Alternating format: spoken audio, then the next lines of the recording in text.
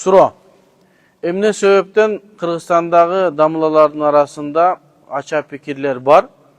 Міне сен алардан жакшыраак билесиңби? Алар начар окуганда сен жакшы окугансыңбы? Ошондо маселе кандай болуп калды деген суроо. Оорураак суроо, а? Бир дамлалардан бир дамланын айткан сөзү бар эле да.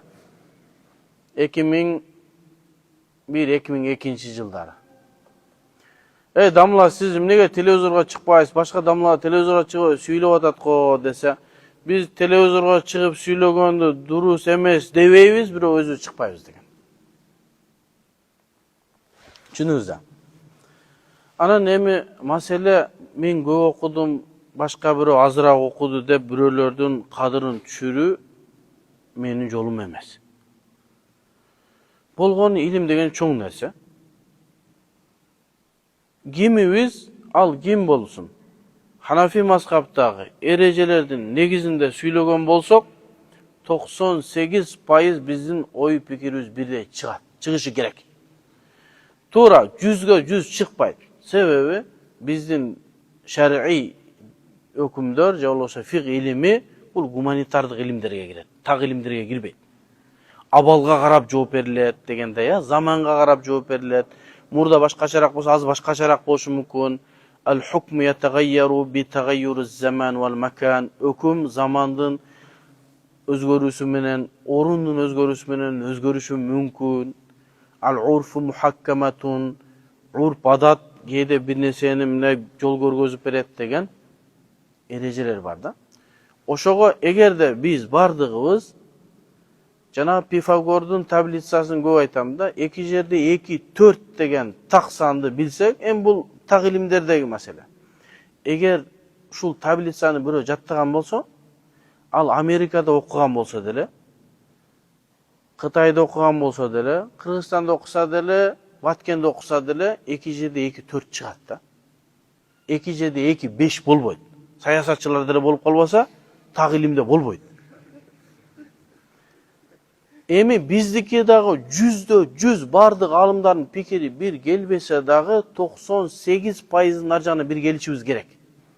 Эгерде бири-бирибизге туура эмес болуп аткан болсок, демек кичине проблемабыз бар. Бирөөбүз өзүбүздүн акылыбызга таянып айтканбыз, бирөө эрежеге таянып айткан, эрежеге таянып айтылган туура болот дагы, өзүнүн акылына же жалпы эреже менен айткан туура эмесирээк болуп калуусу мүмкүн. Ага мен устаздарга, башкаларга мен өзүмдү мындай бир алардан жогорумун, алардан илимдүүмүн деген жокмун.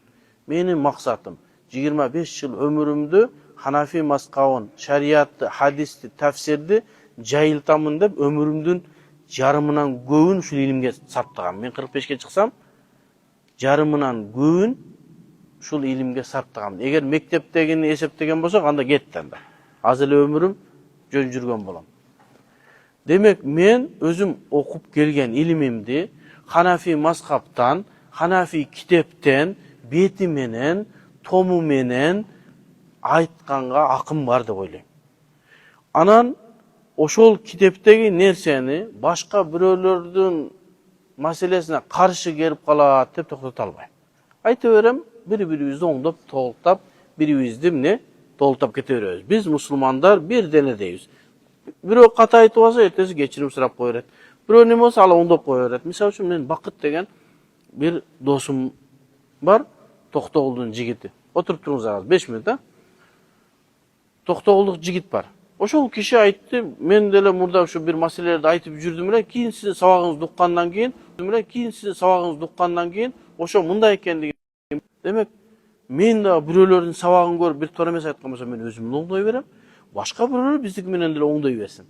Проблема жок. Мисалы үчүн чубак устаз, Алла ыраазы болсун, ал кишиден бейиштен берсин орун, бизге келгенде ошол деле көп маселелерди оңдоду. Жана эмеспи? Элдин бардыгы чубак ажын жаман көрдү. Бул каяктан келген? Бул вахаби экен. Унун оюн койчу ушу башкача окуп келиптир. Үйүнү мындай экен, башкача басат экен деп эмне деген гана нерселер болду. Акыры ошол киши токтобой Ханафи мазхабын айтып берди, акыры жеңди. Акыры бар ушундай абалга келдик, чубак ажы айткан нерсе бизге закон болуп калды. Башында эмне болду? Каршы болду бардыгы. Себеби жанагы улуу атка биринчи токуганында дагы секирет да. Болбой жүрүп токун немени ээрди байлайсың. Анан үстүнө минесиң. Мөңкүп акыры токтойт да, туурабы? Бардык жылкыны ошентип үйрөтөбүзбү? Айылда жүргөндөр барды. Ошентип мөңкүп атат азыр кебектилерчи. Ошо мөңкүгөндө ошентип акыры көнөт. Чубак ажы көндүргөндөй эле биз дагы эми калган маселелерди көндүрөбүз. Менин деле маселеден ката кетип калган болушу мүмкүн. Бир устаздар келип таксыр мына Ханафи мазхабта ушундай экен десе, эртеси чыгып эле айтып коюп, эч проблема эмес. Мен туура эмес айтыпмын депчи. Анан